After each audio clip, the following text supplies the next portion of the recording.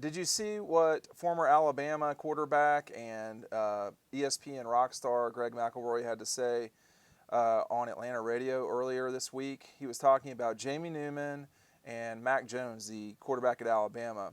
Here's what he had to say about the comparison between the two. I think Newman's way more talented. I don't even think it's really comparable, just given Jamie Newman's upside. I mean, we're talking about a top 5 upside here. He has that kind of upside. It's ridiculous. There are some nuances to his game that he needs to learn, but just as far as his talent is concerned, there's not many out there in college football like him. So I think the biggest thing that McElroy goes on to talk about is that the situation coming back at Alabama is better than the situation that Georgia's dealing with. But what he's basically saying is that Jamie Newman is a more gifted player than Mac Jones. So this is just another in a chorus of people who've been in the football world, played on national championship teams, etc., that are, I don't want to say swearing by Jamie Newman, but they're putting their lot in with him over a guy that was pretty good for Bama at the end of the season. He had some mistakes, I guess, here and there, but he's a quarterback. I mean, Mac Jones, the Auburn loss was not ideal in that program, but really the focus here is if Jamie, again, I get back to this over and over and over again, if Jamie Newman is as gifted as people are saying, it's hard for me to think that Georgia's offense is going to take a step backwards.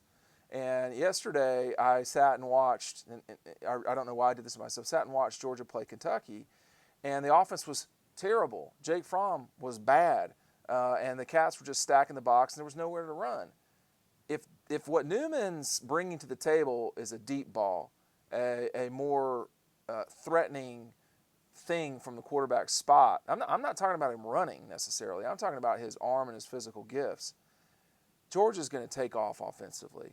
Now, the caveat to that, and this is what McElroy was saying too, is what's around Newman. I think to some degree we're going to have to wait and see. But that Bama game, although it's early in the season, it's not like it's the first game. So you still get the Virginia game and 2 gimme games before you deal with Alabama. It's week 3. So that's not right off the bat. You've got 2 games is enough. You need to get going in a season. So that's when we'll truly know with Jamie Newman what's going on. We don't know how much the media is going to be able to see Georgia practice. We don't know what we're going to really get out of the Dogs coming into with a preseason. We'll have you covered at Dog Post, but we can't know what's happening here with coronavirus.